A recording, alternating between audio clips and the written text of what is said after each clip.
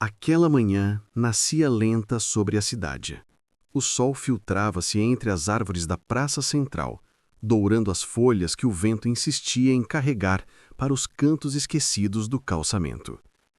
Entre os sons distantes de buzinas e passos apressados, havia um silêncio particular em torno de um velho sentado num banco gasto de madeira.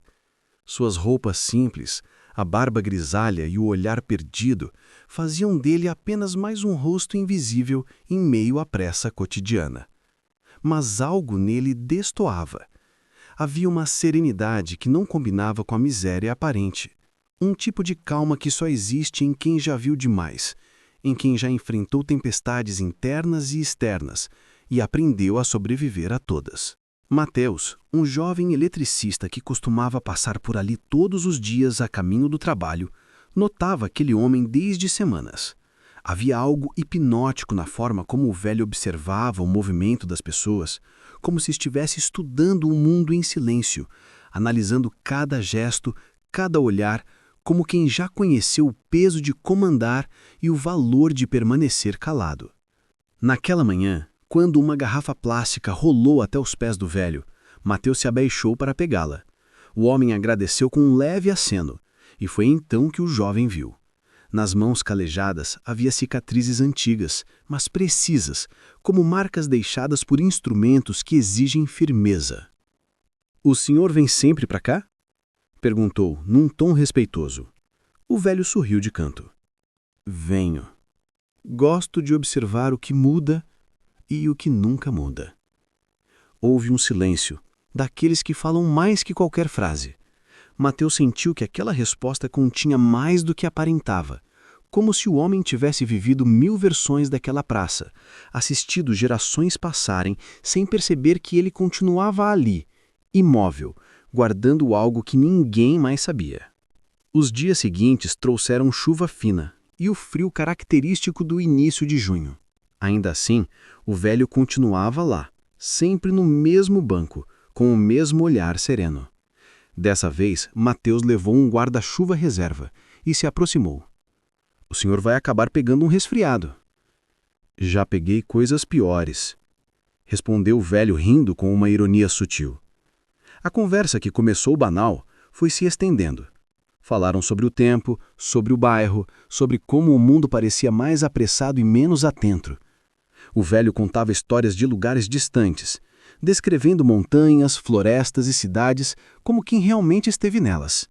Mateus, intrigado, perguntou: "O senhor viajou muito?" "Digamos que conheci lugares que preferia não ter conhecido, mas aprendi com cada um deles."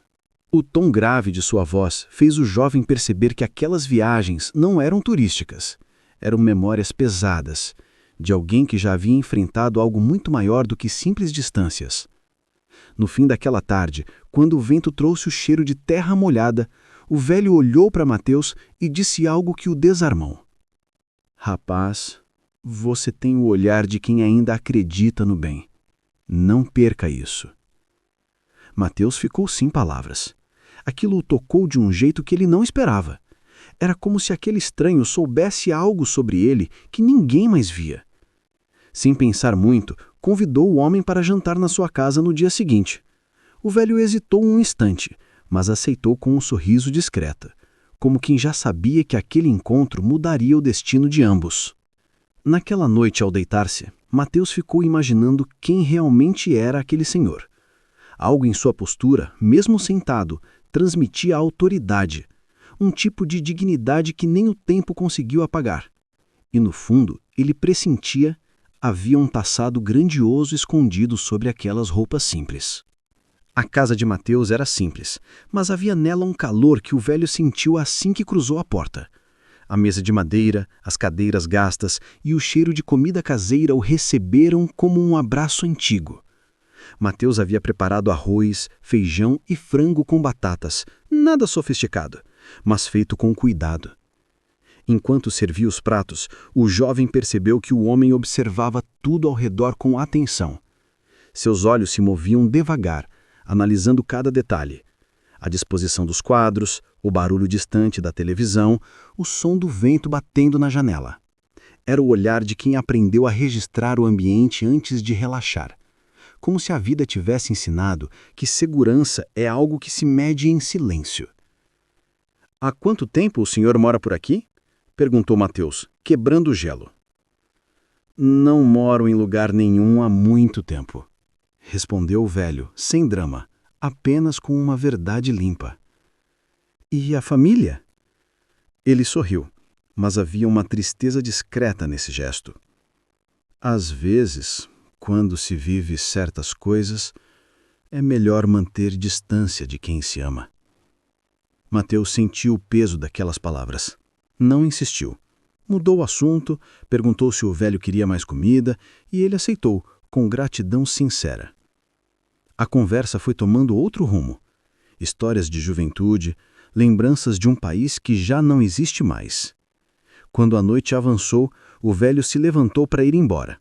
Antes de sair, olhou para Mateus e disse: "Você me lembrou o que é ser bem recebido. Isso vale mais do que parece." Mateus ficou parado à porta, vendo o homem desaparecer na penumbra da rua até que sua silhueta sumisse completamente. Algo dentro dele dizia que aquele reencontro não seria o último. Nos dias seguintes, a chuva deu trégua e o sol voltou a iluminar a praça. Mateus encontrou o velho novamente, sentado no mesmo banco, como se o tempo nunca tivesse passado. Mas havia algo diferente. Ele parecia mais leve, mais disposto a conversar. O jovem reparou em suas mãos, grossas, marcadas, mas firmes. As cicatrizes, agora mais visíveis sob a luz da manhã, tinham um padrão. Não eram ferimentos de acaso, eram de quem lidou com armas, com esforço, com disciplina. "O senhor trabalhou com quê?" arriscou Mateus. O velho o encarou por um momento. "Digamos que já comandei homens, e também já fui comandado." Mateus sentiu um arrepio. Aquela frase tinha o peso da verdade dita por quem viveu a guerra, mesmo que ele não dissesse qual. "E hoje?" perguntou. "Hoje eu só observo. Tento entender se o mundo aprendeu algo com o que já passou." Houve um silêncio profundo, um silêncio que dizia mais do que qualquer resposta. Mateus compreendeu ali que aquele homem carregava histórias que jamais seriam escritas. Memórias que o tempo apagou dos jornais, mas não da alma. Antes de ir embora, o velho fez algo inesperado. Tirou do bolso um pequeno medalhão, desgastado e sujo. "Guarde isso por mim", disse. "Por quê?" "Porque você ainda acredita que o bem faz diferença. Isso é raro." Mateus segurou o medalhão, sentindo o metal frio na palma da mão. O objeto trazia um brasão antigo, uma águia pousada sobre uma estrela, símbolo de alguma instituição que ele não reconhecia. Quando levantou os olhos, o velho já havia se afastado, caminhando devagar pela calçada. Mateus ficou ali parado, com a estranha sensação de estar segurando um pedaço de uma história muito maior do que ele próprio poderia compreender. Mateus não conseguia tirar o medalhão da cabeça. Passou a noite inteira olhando para aquele pequeno objeto, tentando entender o significado por trás do gesto do velho. Havia algo quase solene no modo como ele o entregara, não como quem doa, mas como quem confia. Virou o medalhão várias vezes nas mãos. Era de metal pesado, frio, com marcas de tempo. No verso, uma inscrição quase apagada dizia: "Por honra e por dever." Mateus sussurrou aquelas palavras e sentiu um arrepio percorrer-lhe o corpo. Pareciam mais do que um lema. Eram um juramento. No dia seguinte, foi até a praça cedo, esperando encontrá-lo. O velho, porém, não estava lá. Passaram-se horas, e nada. Nos dias seguintes, Mateus repetiu o ritual. Café, caminhada, espera. E o banco permaneceu vazio. A ausência começou a doer. A rotina que antes era de gentileza e curiosidade agora se transformava em inquietude. Certa tarde, sentado sozinho, Mateus observava o medalhão sob a luz alaranjada do pôr do sol. Um homem que passava, vestido com um uniforme de segurança, olhou de lance e parou. "Onde conseguiu isso?" perguntou com um tom de espanto. "Um senhor me deu." "Por quê?" O segurança se aproximou, sério. "Isso é o brasão das Forças Armadas. Esse modelo é antigo, da época dos generais de campanha." O coração de Mateus desapareceu. "Disse que o senhor era pobre e vivia na rua. Então é impossível." O homem balançou a cabeça. "Alguém assim não teria um símbolo desses, a não ser que..." Ele não terminou a frase, mas a semente da dúvida já estava plantada. Dias depois, ao atravessar uma rua que não costumava usar, Mateus notou uma construção antiga, coberta por mato e silêncio. No portão, uma placa desgastada ainda exibia um sobrenome em letras quase ilegíveis: Monteiro. A curiosidade o empurrou para dentro. O lugar parecia esquecido há anos. As janelas quebradas deixavam entrar feixes de luz que desenhavam o pó suspenso no ar. O chão rangia, o ar tinha cheiro de lembrança. Na sala principal havia retratos pendurados, a maioria destruída pelo tempo, mas um deles ainda resistia. Mostrava um homem mais jovem, de uniforme militar, o peito coberto de medalhas. Mateus sentiu o mundo girar. Era ele, o velho da praça. O olhar, embora mais firme, era o mesmo, e atrás da moldura, quase imperceptível, o mesmo brasão estava gravado: a águia sobre a estrela. O coração de Mateus batia rápido, enquanto ele se perguntava quem realmente era aquele homem. Sobre uma mesa coberta de pó, encontrou cartas amareladas, papéis oficiais, tudo escrito com caligrafia firme. As palavras Campanha do Norte, Divisão de Honra, Comando Central apareciam repetidamente. Mateus se sentou no chão. Entendeu que aquele velho não era um homem comum. Era alguém que um dia comandava vidas, decisões, destinos. Mas por que vivia na rua? Por que escolhera o anonimato? Essas perguntas o acompanharam até o fim da noite. Quando saiu da casa, o vento parecia mais frio, como se o passado o observasse em silêncio, esperando para ser revelado. Naquela noite, Mateus não conseguiu dormir. O som dos carros lá fora se misturava a lembranças que nem eram suas. O rosto do velho se projetava nas sombras do teto, e as palavras do segurança voltavam em eco. "Isso é o brasão das Forças Armadas." Levantou-se antes do amanhecer e abriu as cartas que havia trazido escondidas da casa. A tinta desbotada ainda revelava uma caligrafia precisa, firme, quase militar. "Tenente Monteiro, informe-se sobre os feridos em campo. Não deixe ninguém para trás. Operação finalizada. Ordem direta do comando. Retornar com urgência. O nome Monteiro será lembrado." Mateus passou os dedos sobre as assinaturas, sobre os carimbos de papel antigo, tentando montar o quebra-cabeça. Aos poucos, uma imagem surgia. Aquele homem, um dia, fora um símbolo de liderança e honra. Mas o que o havia derrubado? Que cicatriz moral o havia feito trocar o uniforme por farrapos e o posto de general pela solidão das ruas? Ao amanhecer, Mateus guardou as cartas dentro do livro de capa azul que sempre carregava. Sabia que não poderia mostrar aquilo a ninguém, ainda não. Mas também sabia que o velho voltaria, e quando isso acontecesse, ele queria estar pronto. Choveu por 3 dias seguidos.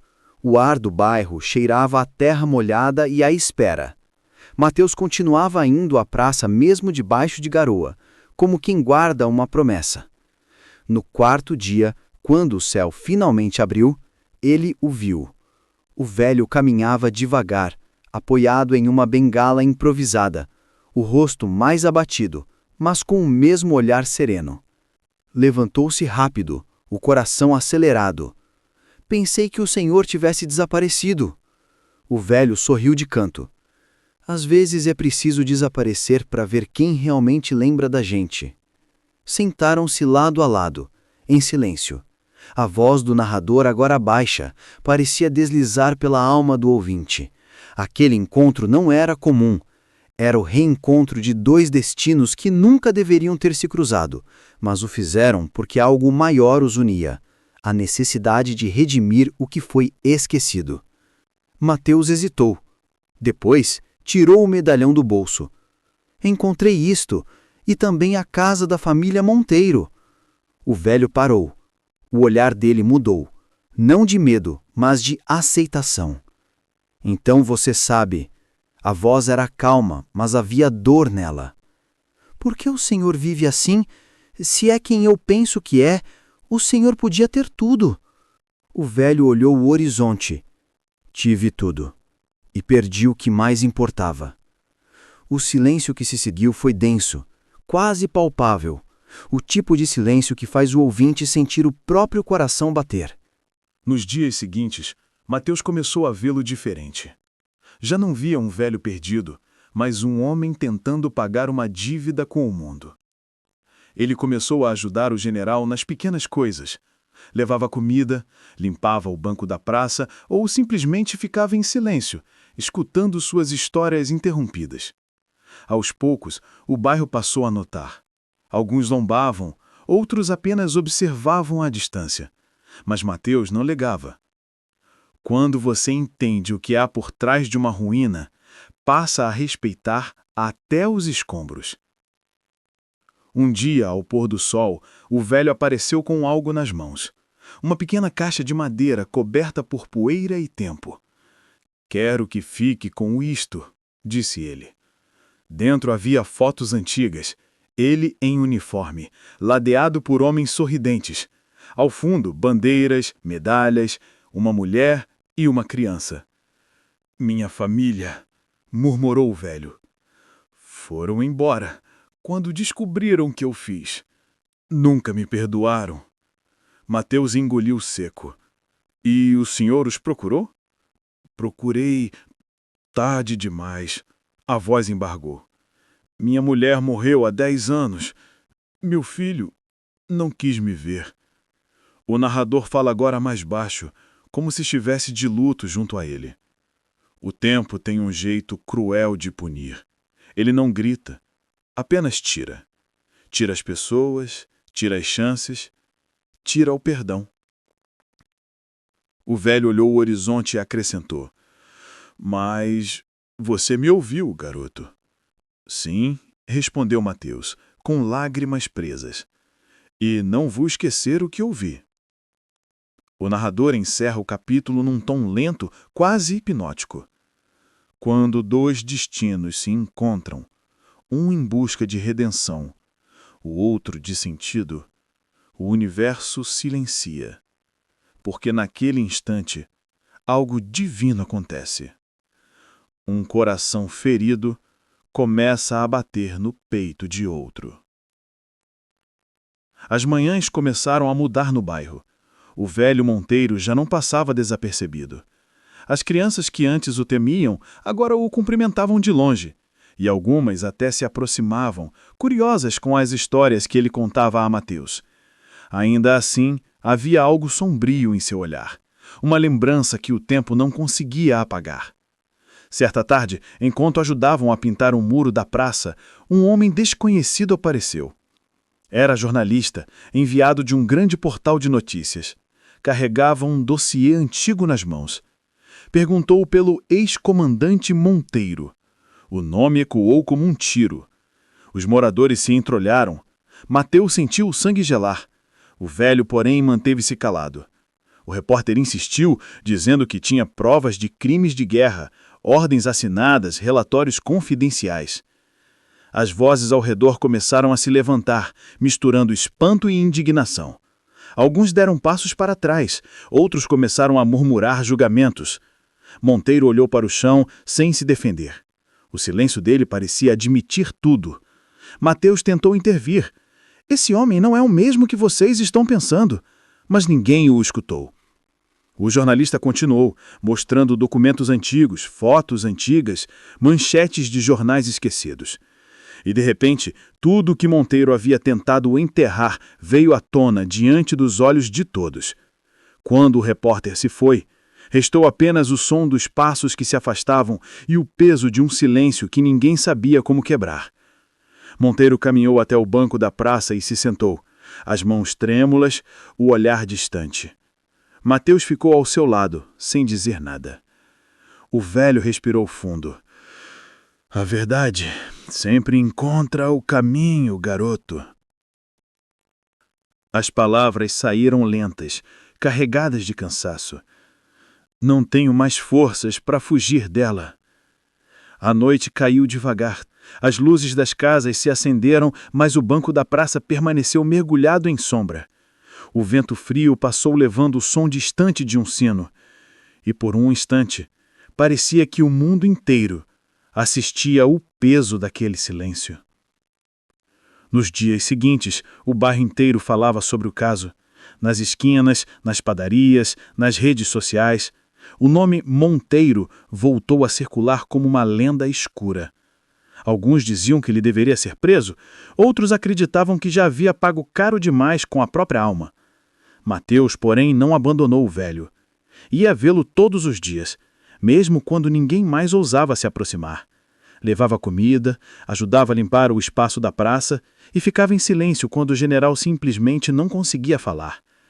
Até que uma manhã, ao chegar, encontrou Monteiro de pé, vestindo uma roupa limpa e antiga.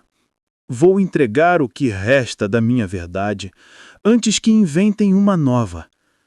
Mateus o acompanhou até a pequena delegacia do bairro. Lá dentro, o general pediu para registrar um depoimento completo sobre os fatos do passado. Queria que tudo fosse documentado. Queria que o mundo soubesse não apenas o que ele fez, mas também o que aprendeu. As horas se arrastaram. Quando saiu, o velho parecia mais leve, como se tivesse tirado das costas o peso de um século. Na saída, alguns curiosos se aproximaram. Um deles perguntou se ele não se arrependia de ter confessado tudo. Monteiro olhou fixamente para o homem e respondeu: O arrependimento me acompanhou metade da vida. A outra metade eu quero dedicar ao perdão. Mateus o seguiu de volta à praça. O sol nascia devagar e os primeiros raios iluminavam os muros recém-pintados. As crianças começaram a chegar para brincar e, pela primeira vez em muito tempo, o velho Monteiro sorriu. Um sorriso simples, mas cheio de humanidade. O tipo de gesto que não precisa de palavras para ser entendido. E, enquanto o vento passava entre as árvores, era possível sentir que algo havia mudado. O passado ainda existia, sim, mas já não era um inimigo. Era apenas um velho conhecido que, enfim, encontrara a paz no olhar de um garoto que o escolheu ver com compaixão. Nos dias que se seguiram à confissão de Monteiro, algo curioso começou a acontecer. O bairro, antes mergulhado em desconfiança, começou a observar o velho de uma maneira diferente. As pessoas, mesmo as mais céticas, se viam intrigadas pela calma dele. Já não havia arrogância nem defesa, apenas uma serenidade profunda, como se tivesse aprendido a viver com a própria sombra. Certo dia, uma senhora que nunca o havia cumprimentado parou diante dele na praça e disse: Meu filho morreu em uma das missões antigas. Eu o odiei por muitos anos. Mas agora, eu entendo. Monteiro olhou em silêncio. As lágrimas dela escorriam devagar e ele apenas segurou a mão da mulher, sem pedir perdão, apenas compartilhando a dor que ambos carregavam. A cena se espalhou rapidamente entre os vizinhos. Pela primeira vez, Monteiro não era visto como o monstro das manchetes antigas, mas como um homem que carregava arrependimentos que ninguém mais suportaria em pé. Mateus observava tudo com um misto de orgulho e tristeza. Ele sabia que a alma do velho ainda sangrava, mas também via que algo novo florescia naquele sofrimento, uma espécie de luz silenciosa que transformava o rancor em empatia. Os dias se tornaram mais leves. Monteiro começou a ajudar em pequenos reparos nas casas, ensinava as crianças a consertar brinquedos quebrados e contava histórias de coragem, não as de guerra, mas as de humanidade. Falava sobre soldados que salvaram vidas, sobre decisões pequenas que mudaram destinos. E cada palavra, cada gesto era como uma semente de cura espalhada pelo vento. Mateus passou a gravar esses momentos em um caderno como se quisesse preservar cada pedaço de redenção que via nascer. Ele não sabia ainda, mas aquele caderno um dia mudaria o destino de muitos. Numa manhã de outono, enquanto as folhas caíam lentamente das árvores da praça, o carteiro apareceu chamando por Monteiro. Trazia um envelope oficial, selado com o brasão das Forças Armadas. O velho hesitou antes de abrir. O tempo parecia parar enquanto rasgava o papel com dedos trêmulos. Lá dentro havia uma carta escrita à mão, coisa rara nos tempos modernos. Era do antigo comandante dele, agora aposentado. Monteiro, dizia a primeira linha. Não há documento que apague os erros do passado, mas há gestos que os redimem. Muitos homens que você salvou nunca puderam agradecê-lo. Eu falo em nome deles. O texto seguia, mencionando missões secretas que haviam sido ocultadas, vidas que Monteiro salvou desobedecendo ordens diretas. E terminava assim: você foi condenado por ter agido com humanidade num tempo em que isso era visto como fraqueza. Hoje, o país tem uma dívida moral com você. Mateus leu a carta junto com o velho.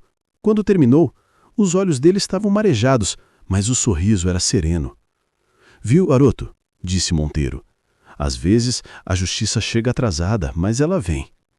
A notícia da carta se espalhou rapidamente.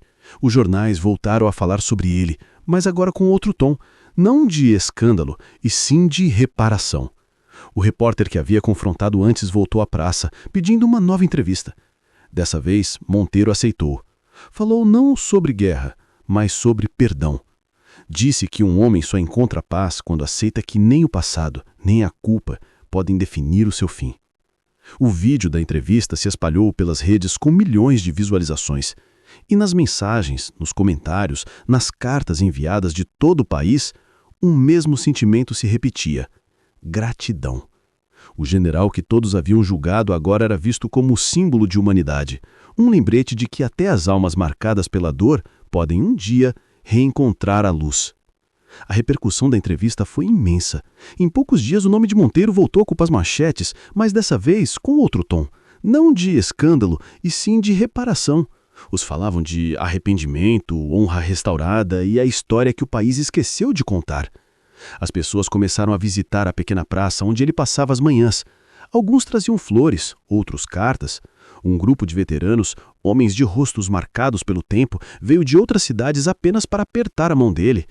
Mas junto com a admiração veio também o incômodo. Alguns oficiais ainda em ativa começaram a questionar o impacto daquela exposição. Herói ou rebelde? Diziam as manchetes dos jornais mais políticos. Os debates se acendiam em programas de TV. Monteiro, porém, permanecia em silêncio. Para ele não havia heróis nem vilões, apenas escolhas, e cada uma delas cobrava o seu preço. Mateus, agora ainda mais próximo, via-o ser consumido por uma nova forma de peso, o da glória. Era estranho perceber que a redenção também podia machucar, porque junto dela vinha a lembrança constante do que havia sido perdido. Certa noite, Mateus perguntou: "O senhor se arrepende de ter dado a entrevista?" Monteiro olhou o horizonte escuro antes de responder. "Não, garoto. Mas aprendi que até a verdade precisa de silêncio para respirar." Essa frase ficou gravada na mente de Mateus. Era como se o velho dissesse que até o perdão exige um tempo de recolhimento, um espaço entre o que foi dito e o que se sente. E assim, por um tempo, eles se recolheram. Voltaram à rotina simples, o café da manhã compartilhado, as caminhadas lentas pela praça, o olhar atento ao pôr do sol. Mas o mundo não esquece facilmente o que viraliza, e um novo visitante estava prestes a aparecer. Alguém que traria um desafio diferente. Talvez o último teste do velho general. Era uma tarde abafada quando um carro preto parou perto da praça. Dele desceu um homem alto de terno bem cortado e olhar determinado. Trazia uma pasta nas mãos e caminhava com a postura de quem estava acostumado a ser obedecido. "O senhor é o general Monteiro?" perguntou sem rodeios. O velho assentiu. "Já fui há muito tempo. Hoje sou só um homem comum." O visitante abriu a pasta e retirou um envelope. "Venho em nome do Ministério da Defesa. Há algo que o senhor precisa ver." Mateus observava distante, curioso e tenso. O velho abriu o documento lentamente. Dentro havia uma proposta, um convite oficial para reassumir uma função simbólica. coordenador honorário de reabilitação de veteranos. O governo queria transformar sua história em símbolo de reintegração, um exemplo público de superação. Era a forma mais visível de perdão que poderiam oferecer. Por um instante, Monteiro não soube o que dizer. Não era orgulho que sentia, mas um misto de espanto e humildade. Após tantos anos de silêncio, o mesmo sistema que o havia condenado agora o chamava de volta. Mateus se aproximou devagar e perguntou: "O senhor vai aceitar?" Monteiro ficou em silêncio. Depois de um tempo, respondeu: "A vida ainda não terminou de me testar, garoto." E juntos caminharam em silêncio pela praça, que agora parecia menor. Ou talvez fosse o velho que finalmente se tornava maior que o próprio passado. Nos dias que se seguiram à visita do representante do Ministério da Defesa, Monteiro voltou a sentir a cidade observando cada um de seus movimentos. Não eram mais olhares críticos, nem maldosos, mas curiosos, pesados de expectativa e esperança. As notícias sobre o convite oficial corriam rápido e todos queriam saber como o velho general reagiria. Caminhando pela praça com Mateus, Monteiro sentiu o peso silencioso da responsabilidade. Não era apenas sobre ele, era sobre todos aqueles que ainda carregavam cicatrizes de batalhas, sobre os jovens que precisavam de exemplos, sobre o bairro inteiro que, agora, olhava para ele com uma mistura de reverência e ansiedade. Uma tarde, uma família aproximou-se timidamente. "Senhor Monteiro", disse a mãe com a voz trêmula. "Meu filho sempre quis ser militar. Ele desistiu porque achava que heróis como o senhor não existiam mais." Monteiro sorriu levemente, sentindo o peso de anos e memórias passadas. "Heróis não são feitos de medalhas ou títulos", disse ele. "São feitos de escolhas, de coragem diária, mesmo quando ninguém olha." As palavras ecoaram, não apenas para aquela família, mas para todos ao redor. O bairro, antes mergulhado em desconfiança, agora começava a transformar-se. As crianças corriam ao redor de Monteiro, tentando imitá-lo, aprendendo com seus gestos, absorvendo silenciosamente a calma e a presença que irradiava dele. Mateus continuava registrando cada detalhe em seu caderno, como se temesse que aquela fase de transformação pudesse escapar. Ele percebia que algo maior estava se formando, uma onda silenciosa de respeito e reconhecimento que ninguém poderia apagar. Na manhã seguinte, Monteiro recebeu outra carta do Ministério. Desta vez, era detalhada. Incluía planos para torná-lo uma figura pública, a presença em eventos oficiais e a divulgação de suas histórias de redenção. Era uma oferta tentadora, mas carregava consigo o risco de transformar sua vida simples em espetáculo. Ele caminhou até o velho banco da praça, sentando-se ao lado de Mateus. "Garoto", disse ele, "é uma oportunidade de mostrar ao mundo que pessoas podem mudar, mas também é um fardo que pode nos devorar." Mateus refletiu. Ele entendia que Monteiro não buscava glória, nem reconhecimento. Seu objetivo era ensinar, curar, transformar pequenos cantos da sua cidade. E a fama poderia destruir isso.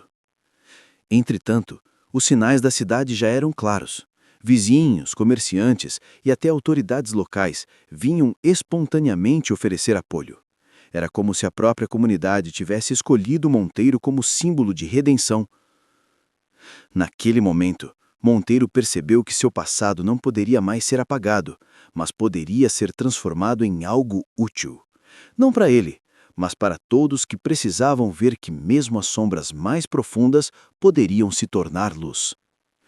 E assim, com um suspiro longo e olhar firme, decidiu aceitar parcialmente a proposta. Ele não seria uma figura midiática completa, mas faria aparições estratégicas, compartilhando histórias e aprendizados. Era um meio-termo entre a exposição e a paz que finalmente conquistara. Mateus anotava cada detalhe, sentindo que aquele equilíbrio delicado poderia inspirar gerações futuras. As páginas do caderno tornavam-se cada vez mais pesadas, não de tinta, mas de significado. Enquanto Monteiro caminhava pelas ruas que conhecia desde a juventude, memórias antigas surgiam com força.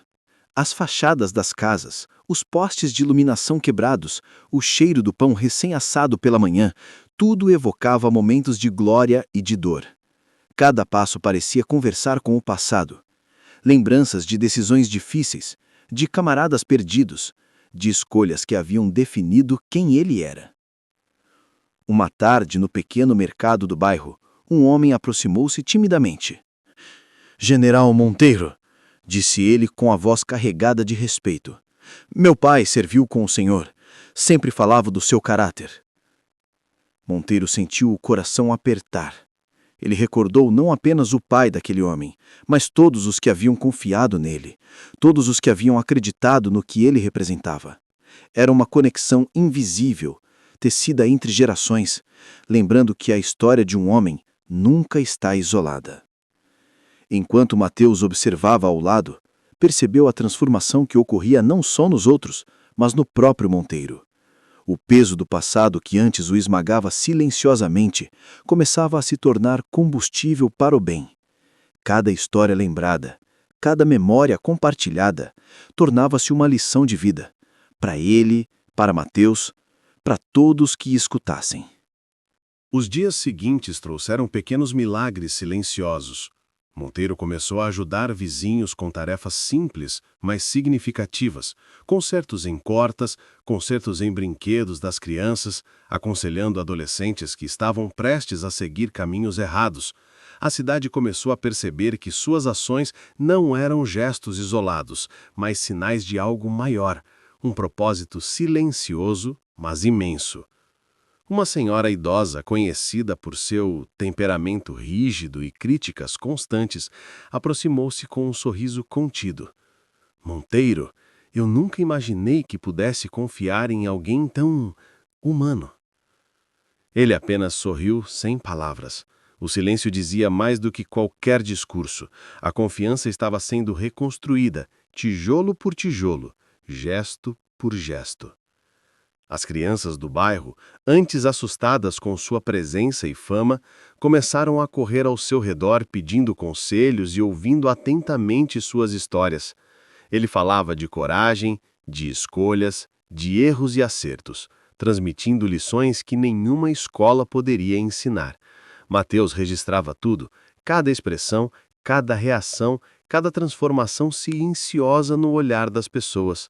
O caderno já não era apenas um diário, era um mapa de esperança, mostrando como um homem podia tocar vidas sem precisar de aplausos ou reconhecimento.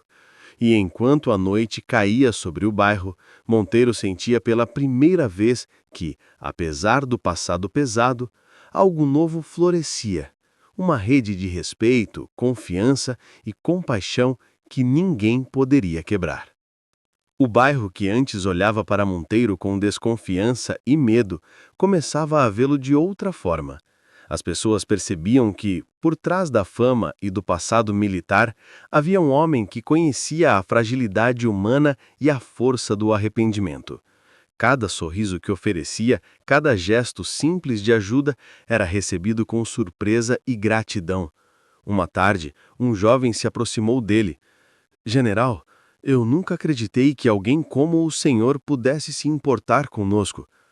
Monteiro inclinou a cabeça e com a voz calma respondeu: "O valor de um homem não está no que conquistou sozinho, mas naquilo que escolhe fazer pelos outros." As palavras caíram pesadas no coração do jovem e ele percebeu que confiança verdadeira não se pede, se conquista com ações. Enquanto isso, Mateus anotava tudo, registrando cada mudança de expressão, cada suspiro de esperança que surgia nos olhos da comunidade. Ele entendia que aquela transformação não era apenas de Monteiro, mas de todo o bairro. O medo estava sendo substituído pela admiração e, lentamente, pelo respeito genuíno. Um dia, Monteiro decidiu visitar a antiga escola onde estudara. As paredes estavam desgastadas, o pátio marcado pelo tempo, mas ele via ali não apenas memórias de infância, mas a origem dos seus valores: disciplina, coragem e humanidade. Enquanto caminhava pelos corredores, foi surpreendido por um grupo de ex-alunos. Eles lembravam de histórias antigas, de pequenos atos que ele havia feito sem que ninguém notasse. Nunca soubemos o que o Senhor passou, disse um deles, mas tudo o que fez por nós ficou guardado em nossos corações. Monteiro sentiu o peso e a leveza ao mesmo tempo. O passado que antes o mantinha em silêncio e isolado, agora se transformava em ponte.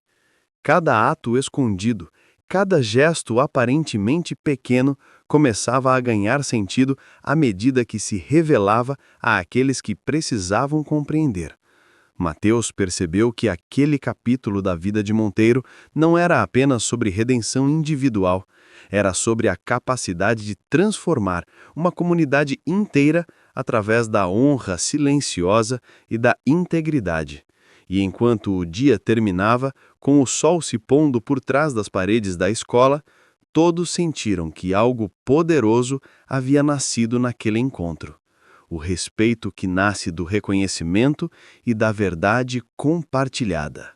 Os dias seguintes foram marcados por pequenas mudanças que ninguém poderia prever. Monteiro começou a caminhar pelo bairro todas as manhãs, cumprimentando cada vizinho, observando detalhes antes ignorados. A porta rangendo de Dona Clara, a cerca caída na casa do Sr. Joaquim, o balanço quebrado no parquinho onde as crianças brincavam. Ele não apenas via, mas sentia a necessidade de agir. Cada gesto, por menor que fosse, carregava uma intenção profunda de restaurar não apenas estruturas físicas, mas a confiança perdida. As crianças, que antes olhavam para ele com medo ou indiferença, começaram a correr até ele, sorrindo, pedindo ajuda para consertar bicicletas ou aprender truques simples de conserto. Mateus, sempre atento, percebeu que Monteiro se tornava mais do que um homem.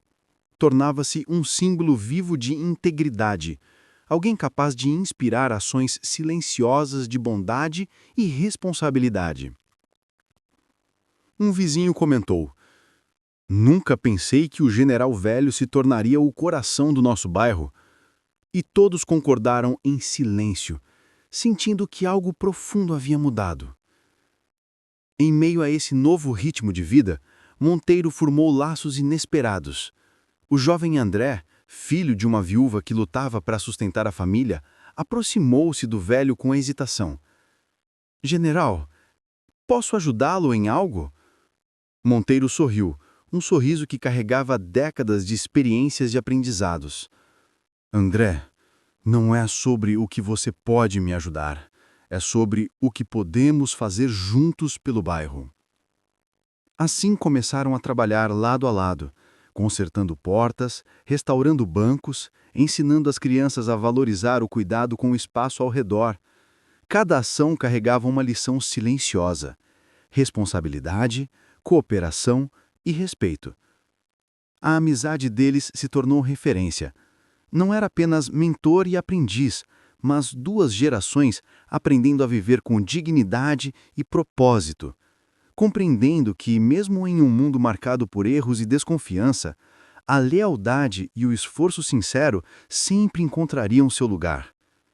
Enquanto Mateus registrava cada detalhe em seu caderno, entendia que aquelas páginas não apenas contavam a história de Monteiro, mas de uma comunidade inteira se reinventando, guiada pela força silenciosa de um homem que havia escolhido a redenção acima de tudo. Em uma tarde nublada, Monteiro sentou-se sozinho no banco da praça, observando a chuva fina que caía sobre o bairro. Cada gota parecia despertar lembranças que ele pensava estarem enterradas. Soldados que perdera, decisões difíceis, amigos que nunca mais veria. A dor era intensa, mas não paralisante. Era a mesma que, anos atrás, o havia forjado. André aproximou-se, carregando 2 xícaras de chá quente. "General, o senhor quer companhia?" Monteiro aceitou, e juntos ficaram em silêncio, deixando que o som da chuva e a tranquilidade do momento falassem mais alto que qualquer palavra. Aquele instante simples, mas carregado de significado, mostrou a ambos que a redenção não se construía apenas com ações grandiosas, mas também com a coragem de enfrentar o próprio passado e permitir que outros compartilhassem o peso da memória. No mesmo dia, Dona Clara aproximou-se, hesitante, segurando uma caixa de fotos antigas. General, eu achei que o senhor nunca mais queria ver essas lembranças, mas talvez devesse. Monteiro abriu a caixa, revelando fotos de missões antigas, rostos de colegas, momentos que ninguém mais recordava com carinho. Ele respirou fundo, permitindo que cada memória fluísse livremente, sem medo ou julgamento. Cada rosto aqui, cada história, disse Monteiro, não está apenas no passado, está no que podemos aprender e passar adiante. Dona Clara sorriu, emocionada, percebendo que o homem à sua frente não era apenas o general condecorado ou o velho do bairro, mas alguém capaz de transformar dor e culpa em sabedoria e esperança. Mateus, observando a cena à distância, anotou cada detalhe em seu caderno, sentindo que aquela pequena reconciliação continha uma lição universal. A verdadeira redenção só acontece quando se compartilha o peso da história com aqueles que desejam aprender. Na manhã seguinte, Monteiro caminhava pelo bairro, observando cada detalhe que antes passava despercebido.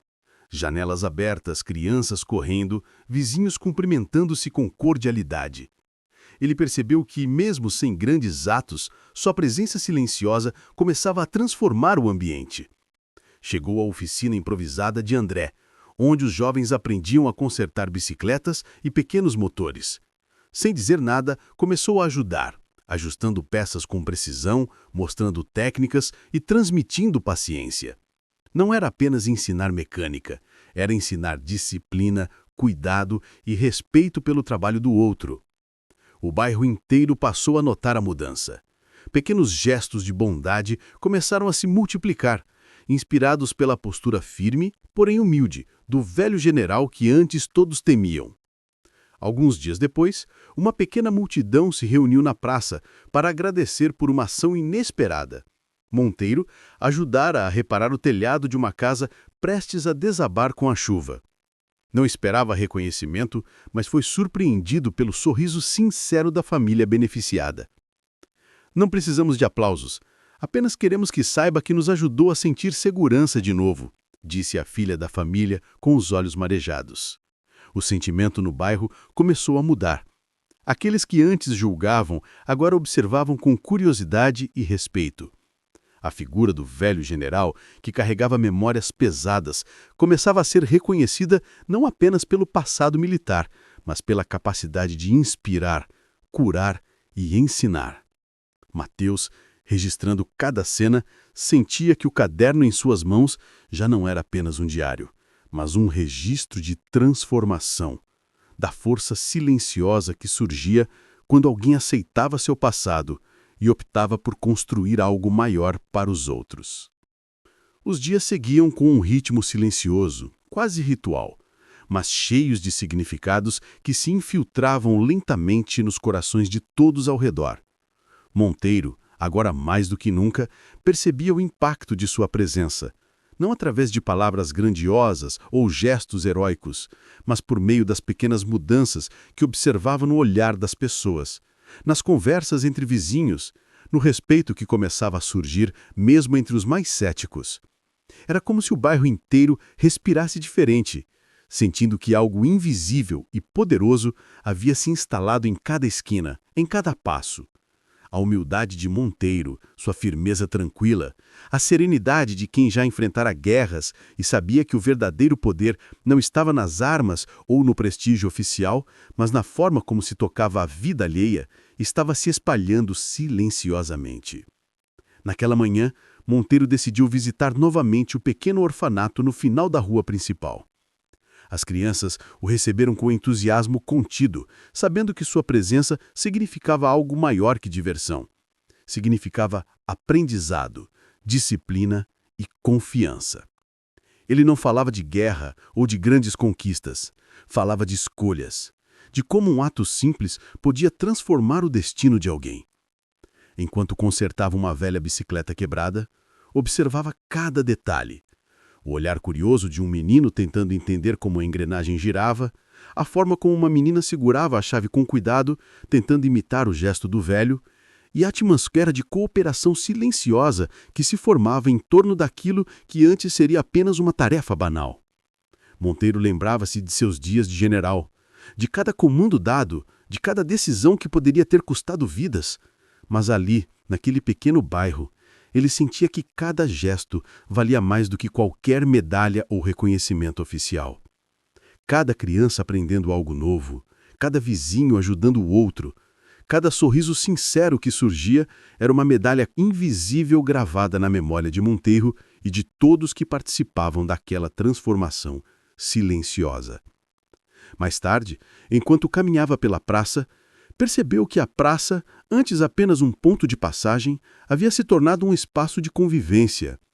Idosos conversavam com jovens, comerciantes apoiavam causas comunitárias e todos pareciam notar que algo estava mudando. Monteiro, sem alarde, tornava-se o catalisador dessa mudança.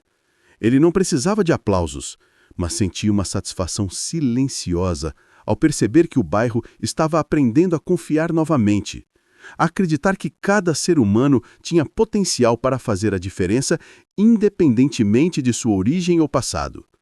Naquela tarde, Mateus aproximou-se dele, o caderno em mãos.